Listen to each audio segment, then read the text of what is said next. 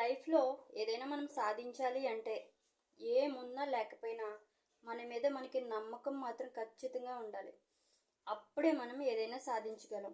అంతేకాని నేనేం చేయగలను, నేను చేసినా ఫెయిల్ అయిపోతున్నాను, ఎందుకు పనికిరాను, ఇంకా నేను వేస్ట్ అని ఎప్పుడైతే మన మైండ్లోకి వచ్చిందో ఇంకా మన తరమే కాదు ఏమీ సాధించలేమన్నమాట.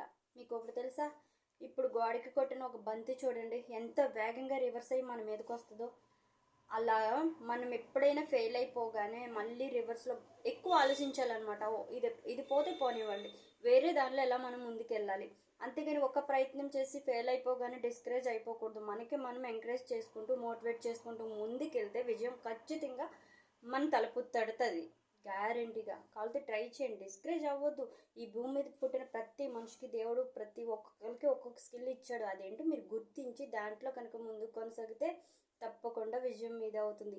అంతెందుకు, మట్టిలో కప్పెట్టిన ఒక విత్తనం చచ్చిపోతేనే కానీ అది మొక్కగా మలవదు, అంతే కదా. అలాగే మనము కూడా ఎన్నో అపజయాలు ఎదుర్కొంటేనే కానీ విజయాన్ని పొందలేము. కాబట్టి మీరు డిస్కరేజ్ అవ్వకుండా మీకు మీరు మోటివేట్ చేసుకుంటే ముందుకు కొనసాగండి. ఓకేనా? బాయ్.